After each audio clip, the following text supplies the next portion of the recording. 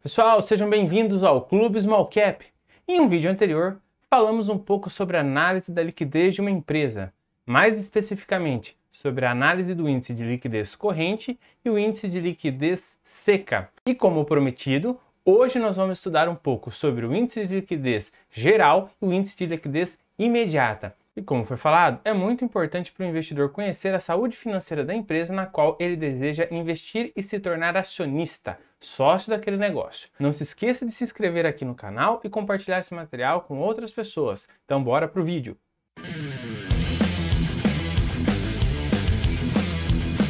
Galera, sejam muito bem-vindos ao Clube Small Cap. Meu nome é Leonardo Araújo e hoje vamos continuar falando sobre a análise da liquidez.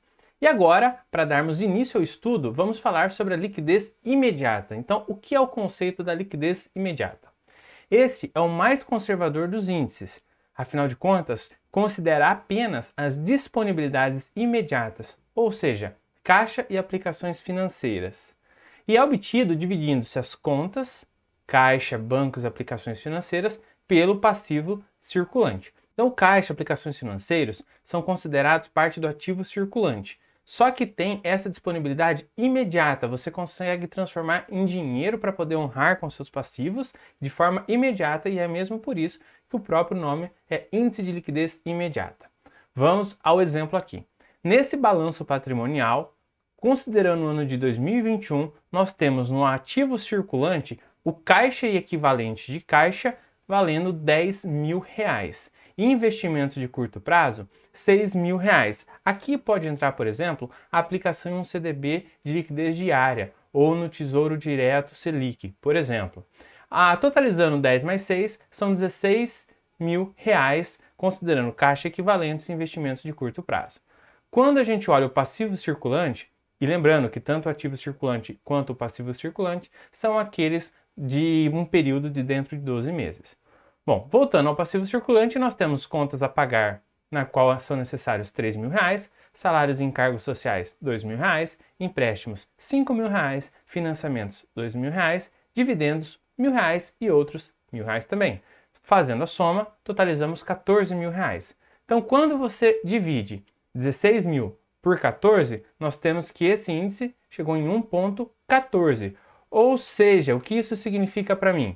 Que neste exemplo, a empresa, mesmo tendo somente o seu caixa em investimentos de curto prazo, tem R$1,14 para cada R$1 de dívida de curto prazo dentro dessa dívida de 12 meses. Então ela consegue pagar tranquilamente o seu passivo circulante apenas com caixa equivalentes e aplicações financeiras de curto prazo. Afinal, nesse exemplo, R$1,14 para cada R$1 de dívida. Isso mostra a excelente situação da empresa. Afinal, poderia pagar imediatamente todas as suas dívidas do passivo circulante. Interessante o estudo desse índice da liquidez imediata. E vamos falar agora sobre a liquidez geral, esse último índice que trataremos nessa série. Então, qual é a definição do índice de liquidez geral? Ele avalia todos os ativos liquidáveis da empresa frente a todas as suas dívidas. Então, é o geral, todo o ativo sobre todo o passivo. Como que a gente obtém esse índice? Muito simples, é fazendo a soma do ativo circulante mais o ativo realizável de longo prazo, ou seja, você vai somar o ativo circulante do não circulante, que é aquele de prazos maiores de 12 meses, e divide pelo passivo circulante mais o passivo exigível de longo prazo, novamente também aquele que é não circulante acima de 12 meses de prazo. Esse índice é muito utilizado para realizar um estudo, principalmente, mas não somente, para empresas que realizam projetos de longo prazo. Isso por quê? Porque você está visualizando todos aqueles ativos de longo prazo, junto com os de curto prazo, com períodos menores de 12 meses, e você consegue estudar um pouco a viabilidade dessa empresa em honrar com esses passivos, com esses projetos de longo prazo. Então é muito interessante para aquele investidor que está olhando o longo prazo e investindo em uma empresa que tem projetos de longo prazo. Então esse seria muito interessante o estudo da liquidez geral. Também esse índice mostra a capacidade da empresa em pagar todo o capital de terceiros, a sua dívida total, somente com seus ativos liquidáveis. Então vamos a um exemplo aqui. Nesse balanço patrimonial, colocando o estudo do ano de 2021, nós temos ativo circulante e ativo não circulante. Então, ativo circulante, aqueles com período de até 12 meses e não circulante acima disso. Percebemos que caixa equivalentes representam R$10.000, investimentos de curto prazo R$6.000, contas a receber R$5.000, estoques R$4.000 e outros R$9.000. Totalizando, o ativo circulante totaliza R$34.000. Agora, o não circulante, financiamentos, ou seja, lá a longo prazo, R$15.000. Tributos a recuperar, também há mais do que 12 meses você vai recuperar esses tributos, R$4.000 e outros R$2.000, totalizando R$21.000. Então, o que você faz? A soma dos 34 mais 21.000, para saber todo o seu ativo. E na outra ponta, nós temos o passivo. Então, olha só, passivo circulante, contas a pagar, R$3.000, salários e encargos sociais, R$2.000, empréstimos, R$5.000, financiamentos, R$2.000, dividendos R$1.000 e outros R$1.000, totalizando R$14.000 de passivo circulante.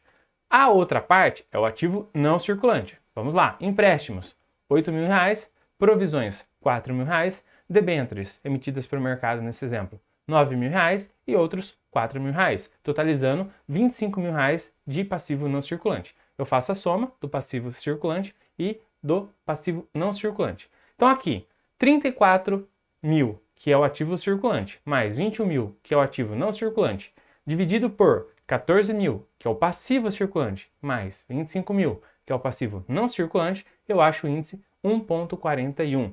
O que isso significa? Nesse exemplo, se a empresa vendesse todos os seus ativos liquidáveis, ela pagaria toda a sua dívida e ainda sobraria recursos financeiros. Ou seja, ela tem R$1,41 para cada R$1 de dívida total. Isso representa uma excelente saúde financeira da empresa e ainda mais visando essa questão do longo prazo. Obviamente que quando você faz o estudo de um índice de uma liquidez geral e ele fica baixo, isso não é um motivo de preocupação. Afinal de contas, a empresa tem todo o período para poder ter receita, ter o lucro e efetuar os pagamentos. Dívida nem sempre é ruim para uma empresa. Às vezes, pode ser algo muito bom. Afinal, você está reduzindo ali no imposto de renda, você tem o financiamento daquilo que ela pode gerar um retorno muito grande para o acionista. Ela consegue pegar o dinheiro de dívidas e rentabilizar aquilo com novos projetos. Então, tudo tem que ser muito analisado, bem detalhado para você entender realmente. Mas, sempre tendo aqui como referência o que é para que você possa entender o que está sendo tratado, ativo circulante, mais ativo não circulante, sobre passivo circulante, mais ativo não circulante, acaba dando uma ideia muito ampla e geral para o acionista de longo prazo. Muito bem, pessoal, hoje então concluímos o estudo da análise da liquidez, apresentando hoje a liquidez imediata e a liquidez geral.